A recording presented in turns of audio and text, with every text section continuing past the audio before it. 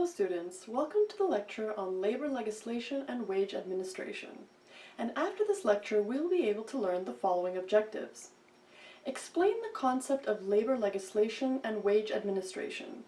Define rational wage policy, objectives, and concepts. Discuss the issues in wage policy. Define the Employees Factories Act, objectives, concepts, scopes, and provisions. Understand the rights and obligations of Employees Factories Act. Explain the employer's obligation and rights. Define the Contract Labor Act and Industrial Disputes Act. Understand Payment of Wages Act. Explain Payment of Bonus Act.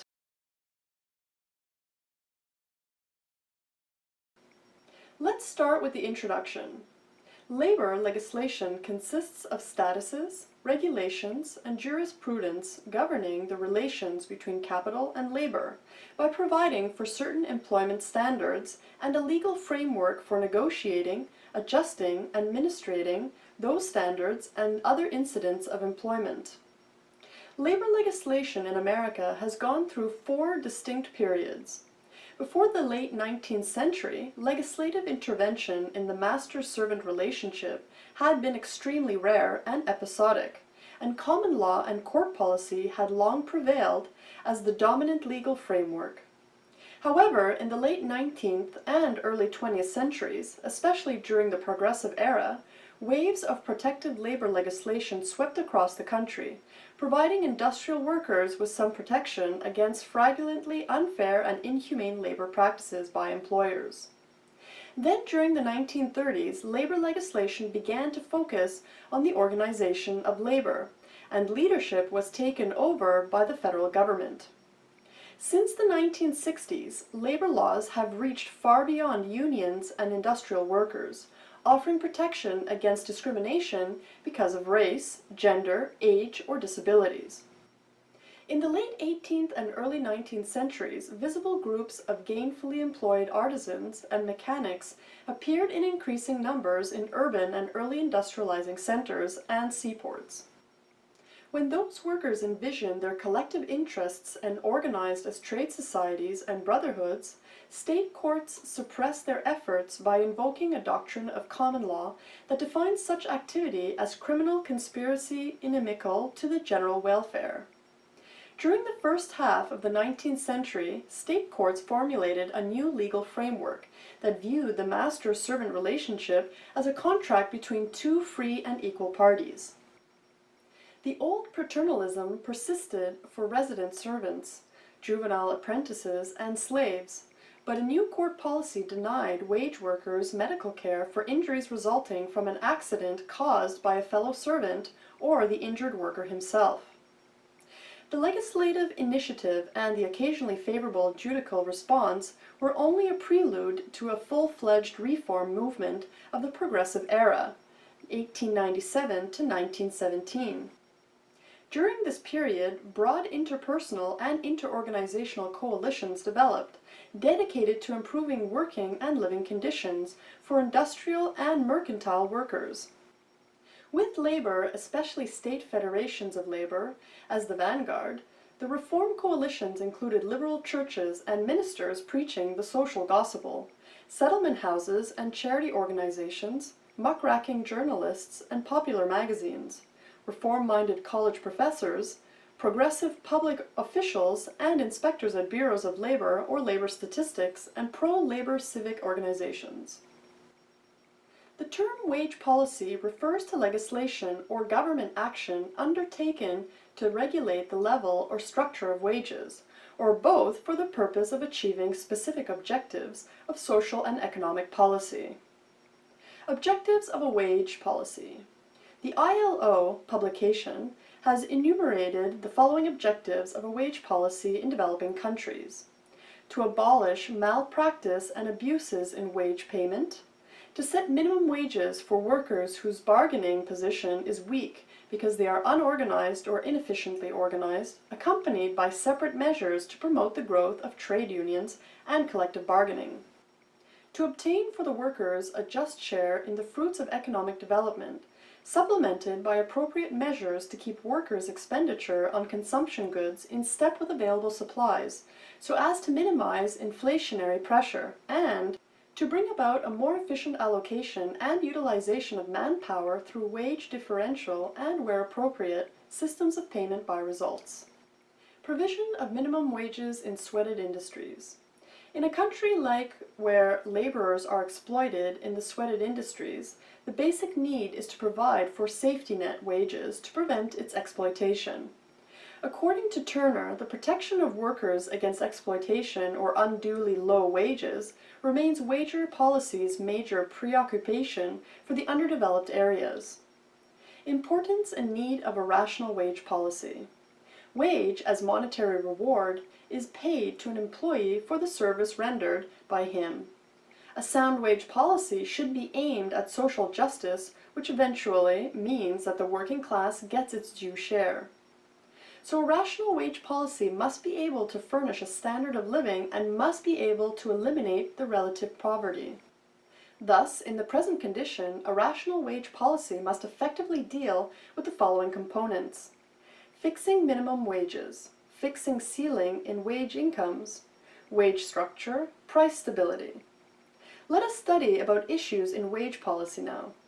Some of issues and concerns faced regarding minimum wages are: norms for fixing minimum wages.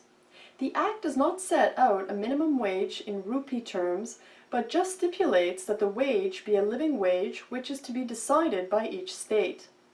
The Act stipulates that minimum wage rates are to be revised, keeping in mind inflation. Coverage. In order to have minimum wage fixed, the employment or industrial activity has to be included in the schedule of employments. Currently, the number of scheduled employments in the central government is 45, whereas in the state sphere the number is 1,232. Enforcement. The main problem of minimum wage legislation is poor implementation. The Act empowers the appropriate government, central, state, or local, to fix a minimum wage for workers in unorganized sectors. Poor implementation of MWA does not affect organized workers as much as it does to workers in unorganized sectors. Let us now study the objectives, concepts, scopes, and provisions of Employees' Factories Act. Objectives. There are some basic objectives as to ensure adequate safety measures and to promote the health and welfare of the workers employed in factories, to prevent haphazard growth of factories through the provisions related to the approval of plans before the creation of a factory, to regulate the working condition in factories, regulate the working hours, leave, holidays, overtime, and employment of children, women, and young persons. Scope and coverage. There are some basic scopes as regulates working condition in factories, basic minimum requirements for ensuring safety, health, and welfare of workers, applicable to all workers, applicable to all factories using power and employing 10 or more workers, and if not using power, employing 20 or more workers on any day of the preceding 12 months. Provisions. The main provisions are compulsory approval, licensing, and registration of factories, health measures, safety measures, welfare measures, working hours, employment of women and young persons, annual leave provision, accident and occupational diseases, dangerous operations, penalties, obligations, and rights of employees. Let us now discuss the rights and obligations of Employees' Factories Act. The objective of the Minimum Wages Act is to ensure that a minimum rate of wages is paid to all those who are engaged in wage employment. The state and union governments are empowered to declare minimum wages for employment categories given in Schedule 1 and 2 of the Act. The Act also specifies the structure of minimum wage and the procedure for fixing and revising minimum wages as regular intervals. Rights and obligations. The obligation of the employers, practically speaking, the right of employees. Every worker shall have the right to a. Obtain from the occupier information relating to workers' health and safety at work, b. Get trained within the factory wherever possible, or to get himself sponsored by the occupier for getting trained at a training center or institute, duly approved by the chief inspector, where training is imparted for workers' health and safety at work. C. Represent to the inspector directly or through his representative in the matter of inadequate provision for protection of his health or safety in the factory. A worker has the right to claim wages for leave allowable to him under the provisions of the Payment of Wages Act. A worker has the right not to pay any fee or charge for the facilities provided by the employer. Laws related to working hours, conditions of services, and employment. The Factories Act is one of the most important legislations covering the manufacturing sector. The Act provides safeguards for workers to protect their health, provides for safety at the workplace when dealing with machinery, improves the physical conditions of the workplace, and provides welfare amenities. The Act also restricts the hours of work, provides for overtime and spread of working hours, employment for young persons, and places restriction on employment of women during the night hours. Laws related to equality and empowerment of women. The Act, a social welfare-oriented law aimed at empowering women, provides security, both employment and financial, for women employees working in certain establishments, except those dismissed for gross misconduct, since the Act prohibits discharge dismissed during the period or pregnancy, for defined periods before and after childbirth.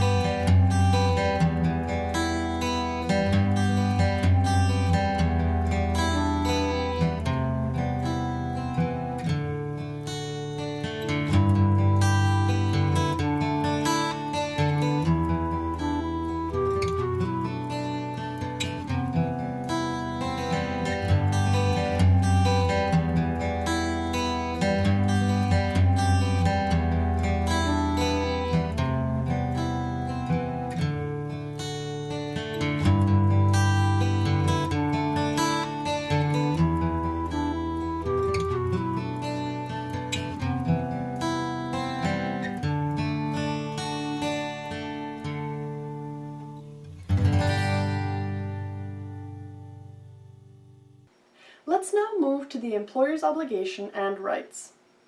Obligation of employers. Compulsory approval, The occupier of any factory has to obtain prior approval of the state government for the site on which the factory is to be situated and for the construction or extension of a factory. Registration, license, and notice by occupier. The occupier of factory is also required to get the factory registered for obtaining a license for operating it and send a notice of occupation to a chief inspector of factories at least 15 days before he begins to occupy the factory. Notice of change of manager. Whenever a new manager is appointed, the occupier must intimate the inspector and the chief inspector in the prescribed form within 7 days from the date he takes over the charge. General duties as to health, safety, and welfare of workers. Every occupier shall a. Ensure, so far as reasonably practicable, the health, safety, and welfare of all workers while they are at work in the factory. B. Provide and maintain plant and systems of work in the factory that are safe and without risks to health. C. Make arrangements for ensuring safety and absence of risks to health in connection with the use, handling, storage, and transport of article and substances. D. Provide necessary information, instruction, training, and supervision for health and safety of all workers. Employment of young persons on dangerous machines.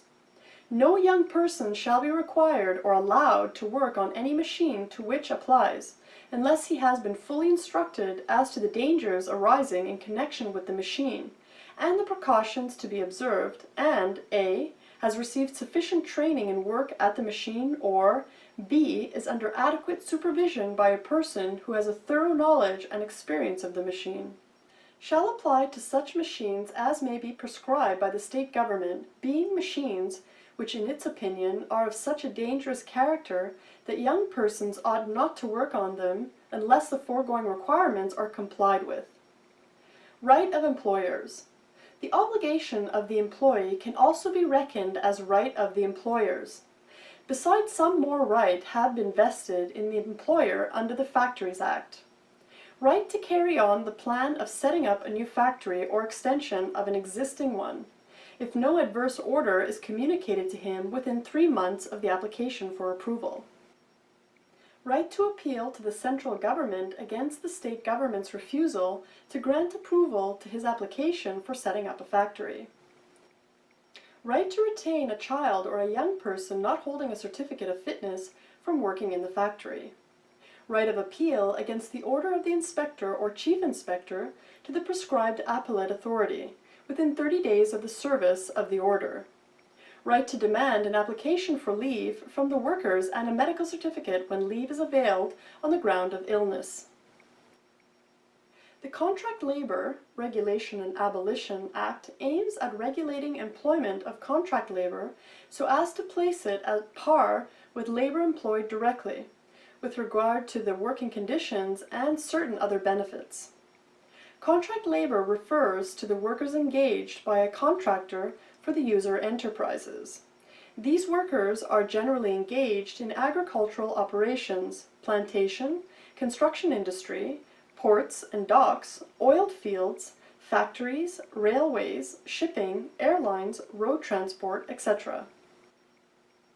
The Act applies to every establishment, contractor, in which 20 or more workmen are employed or were employed on any day of the preceding 12 months as contract labor. Every establishment and contractor to whom the Act applies has to register themselves or obtain a license for execution of the contract work. Registration and licensing. The Act applies to the principal employer of an establishment and the contractor wherein 20 or more workmen are employed, or were employed even for 1 day, during preceding 12 months as contract labor. For the purpose of calculating the number, contract labor employed for different purposes through different contractor has to be taken into consideration.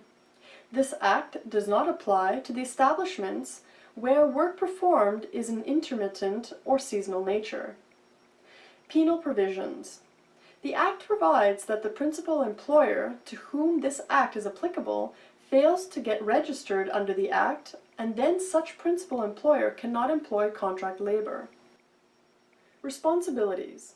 The Act enjoins joint and several responsibilities on the principal employer and the contractor. The principal employer should ensure that the contractor does the following: pays the wages as determined by the government, if any, or pays the wages as may be fixed by the Commissioner of Labor. In their absence, pays fair wages to contract laborer. Provides the following facilities: A. Canteen. If employing 100 or more workmen in one place, and if the work is likely to last for 6 months or more. B. Restrooms, where the workmen are required to halt at night and the work is likely to last for 3 months or more. C. Requisite number of latrines or urinals separate for men and women. D. Drinking water. E. Washing. F. First aid. G. Creche. Maintains various registers and records, displays notices, abstracts of the acts, rules, etc. Issues employment card to his workmen, etc. An industrial dispute may be defined as a conflict or difference of opinion between management and workers on the terms of employment. It is a disagreement between an employer and employee's representative, usually a trade union, over pay and other working conditions, and can result in industrial actions. When an industrial dispute occurs, both parties, that is, the management and the workmen, try to pressurize each other. The management may resort to lockouts, while the workers may resort to strikes, picketing, or garrows. Industrial Disputes Act. An industrial dispute is defined as any dispute or difference between employers and employers, or between employers and workmen, or between workmen and which is connected with the employment or non-employment or the terms of employment or with the conditions of labor of any person. From the point of view of the employer, an industrial dispute resulting in stoppage of work means a stoppage of production. This results in increase in the average cost of production since fixed expenses continue to be incurred. For the employee, an industrial dispute entails loss of income. The regular income by way of wages and allowance ceases, and great hardship may be caused to the worker and his family. Settlement of disputes. The normal procedure for the settlement of the dispute is that the aggrieved party or parties have to report in writing to the Secretary of the Market Committee giving full details of the disputed matter. On the receipt of such complaint, the Secretary in the first instance tries to amicably settle the dispute himself, but if parties are not satisfied, the dispute is referred to a panel of arbitrators for decision.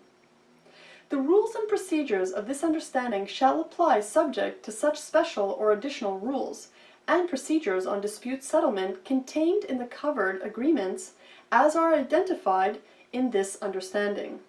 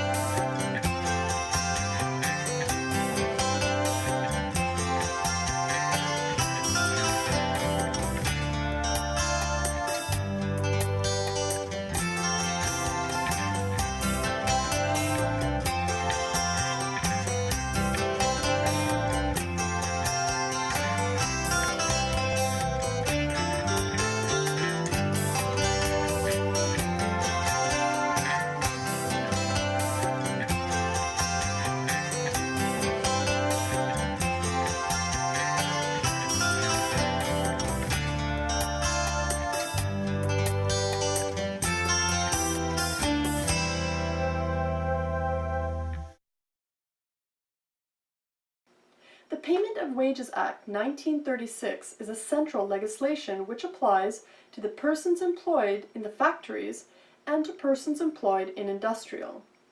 This act does not apply on workers whose wages payable in respect of a wage period average $32 a month or more. Since the minimum wages are much higher, this act has become almost redundant in its present form. The Ministry of Labor has already initiated the process for suitable amendment of this act. An act to regulate the payment of wages to certain classes of employed persons, to avoid withholding wages, delays in paying wages, and making unauthorized deductions out of wages. Applicability. Every person employed in any factory, upon any railway, or through subcontractor in a railway, and a person employed in an industrial or other establishment.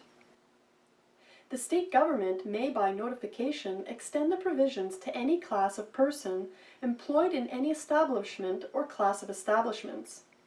Benefits. The Act prescribes for the regular and timely payment of wages on or before 7th day or 10th day after last day of the wage period in respect of which the wages are payable. Preventing unauthorized deductions being made from wages and arbitrary fines. Penal provisions. Penalties are from $4 to $200. Repeat offenses attract 1 to 6 months imprisonment and fine from $10 to $60. Delayed wage payments attract penalty of $2 per day of delay. Salient features. This act has been enacted with the intention of ensuring timely payment of wages to the workers and for payment of wages without unauthorized deductions. The salary in factories, establishments employing less than 1,000 workers is required to be paid by 7th of every month, and in other cases by 10th day of every month.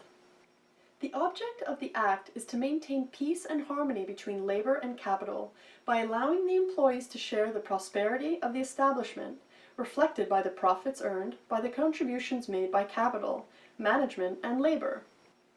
The Payment of Bonus Act was enacted to provide for the payment of bonus to persons employed in certain establishments on the basis of profits or productivity and for the matters connected therewith. The Act applies to every factory as defined under the Factories Act and every other establishment in which 20 or more persons are employed on any day during an accounting year.